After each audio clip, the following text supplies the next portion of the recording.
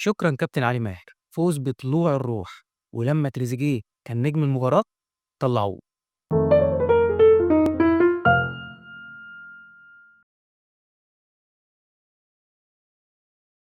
ماتش ملوش عنوان غير اللعب بروح. كل اللعيبة كانت مبهدلة نفسها في الملعب حرفيا.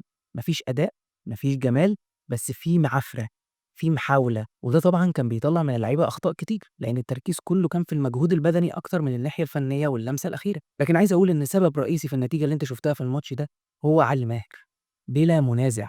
وطبعا مش بتكلم هنا تفويت ولا الكلام الفارغ ده، انا بكلمك على تفكير مدرب الحمد لله انه ما اتفقش مع الاهلي ومسكه في الفتره دي. علي ماهر هو كان سبب فوز الزمالك على سيراميكا، وعلي ماهر هو كان سبب فوز الاهلي على سيراميكا. الراجل اختياراته عجيبه جدا. محمد عادل هو اللعيب رقم 6 الوحيد في سيراميكا، فبيخليه باك يمين. كريم الدبيس بيقعده وبيلعب حسين السيد اللي عنده 35 سنه. مروان عثمان المهاجم التاني في الفريق بيلعب وينج يمين، واحمد بالحاج قاعد على الدكه احتياطي. اخطاء كارثيه بيعملها علي ماهر اللي كل همه في مباريات الاهلي والزمالك هو الهجوم والاستحواذ على الكوره، وبالتالي بيخسر بكل سهوله لان حالته الدفاعيه دايما بتبقى اسوأ ما يكون. يسيب بقى علي ماهر وندخل على عماد النحاس.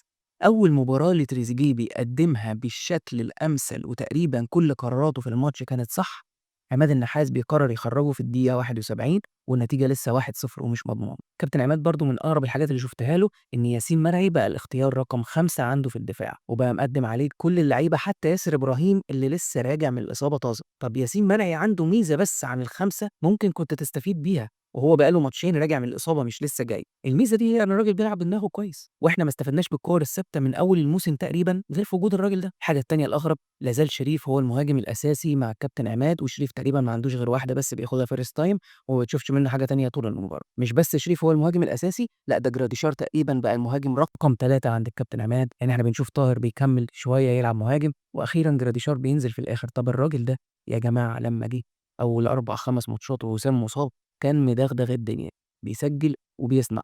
لما هيقعد على الدكة أنت منتظر يرجع لمستواه إزاي؟ وسواء فزنا بأخطاء علي ماهر أو بكفاءة عماد النحاس أو بمجهود اللعيبة وعرقهم في الملعب النهارده، لازم ناخد بالنا إن اللعيبة مضغوطة بشكل خلاهم تقريبا كل ماتش بيقعوا في إصابة، لدرجة النهارده 3 إصابات في الأهلي: بيكهام وبن شرقي وبن رمضان. وده هياخدنا لنقطة مهمة جدا: عودة الطبيب النفسي الدكتور أحمد أبو الوفا للجهاز الفني للنادي الأهلي بناء على رغبة الكابتن وليد صلاح الدين. الحقيقة ده قرار اتأخر جدا ومهم إنه حصل، وبيقول لك إن الراجل ده أصلا كان شغال بدوام جزئي مع الأهلي، وبعد كده هيرجع دلوقتي بيستمر بقى مع الجهاز الفني بشكل دائم. الراجل ده كان عنصر من عناصر نجاح كولر لما جه الأهلي، ومش فاهم ليه إحنا لما بننجح بنقعد نشيل في عناصر النجاح أو نقعد نبدل فيها ونعمل تباديل وتوفيق غريبة.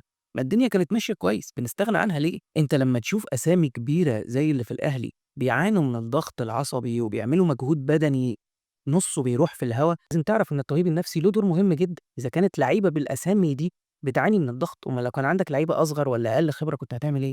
وزي ما بلوم الاداره هنا هلوم الجمهور اللي انا واحد منهم. احنا ليه يا جماعه بنقسو على المدرب اللي بينجح مع الاهلي؟ هو احنا كل يوم بنلاقي مدرب ناجح؟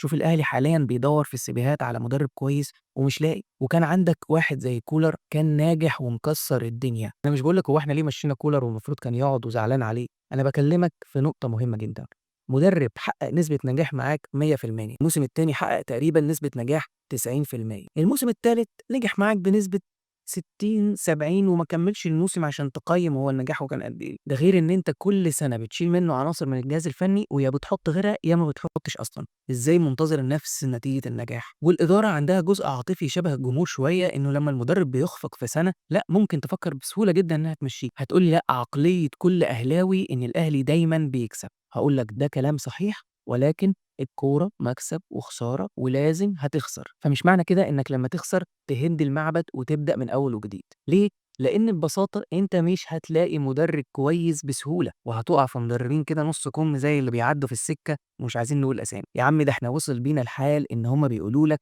ما ترجعوا بقى حسام البدري، ده كان ناجح في الاهلي. كابتن حسام البدري اخر تجربة ليه مع الاهلي كانت من 8 سنين. انا مش عارف احنا ليه متوقعين ان التجربة دي تنجح. كابتن حسام بعد ما مشي من الاهلي قعد أكتر من سنتين ما بيدرّبش، وإحنا كنا مقطّعين في كولر ومقطّعين حتى الفشر اللي ممكن ييجي عشان في سنتين قعدهم من غير شغل. طب على سيرة الكابتن حسام البدري، ما يالّا بينا نرجّع مانويل جوزيه، ما الراجل ده كان ناجح بنسبة 100% في الأهلي. تخيّل مانويل جوزيه لو كان موجود دلوقتي في أوضة اللبس في الأهلي مع الجيل ده في الظروف الحالية، تفتكر كان هيعمل إيه؟ اللي ممكن نفهمه في الأسامي اللي بتفكّروا ترجّعوها فهو الكابتن سيد عبد الحفيظ. كابتن سيد في أي مكان هيخدم الأهلي، ولو التفكير في حتّة إن هو يبقى عضو مجلس إدارة ده هيساعده بالعكس إن هو يبقى مشرف على الكورة أصلًا بشكل عام، أو نائب للكابتن محمود الخطيب في الفترات اللي بياخد فيها إجازة عشان رحلة علاجه. وليه كل مرّة بيتقال اسم الكابتن سيد عبد الحفيظ؟ مش عشان عندنا فقر إداري وما عندناش أسامي تانية، لأ عشان الراجل ده نجح مع الأهلي وحقق بطولات كتيرة في المنصب ده، وفاهم جدًا شغله، وما حصلش كمية المشاكل اللي حصلت في عدم وجوده. وعشان مش مضطرين إن إحنا نغيّر حد ناجح موجود عندنا، إحنا عندنا مثال كبير جدًا أفنى عمره في الأهلي لحد آخر يوم في حياته، الكابتن ثابت البطل. ما حدش فينا ينسى مشهد ماتش الأهلي والزمالك لمّا أبو تريكة جاب جون وجري على الكابتن ثابت البطل عشان يبوس دماغه. كان ساعتها الكابتن ثابت عامل إزاي؟ كان قاعد على الدكة ولابس بطانية ولابس ice cap وفي غاية التعب، وبعد أيام قليلة جدًا من المباراة دي اتوفى الكابتن ثابت البطل.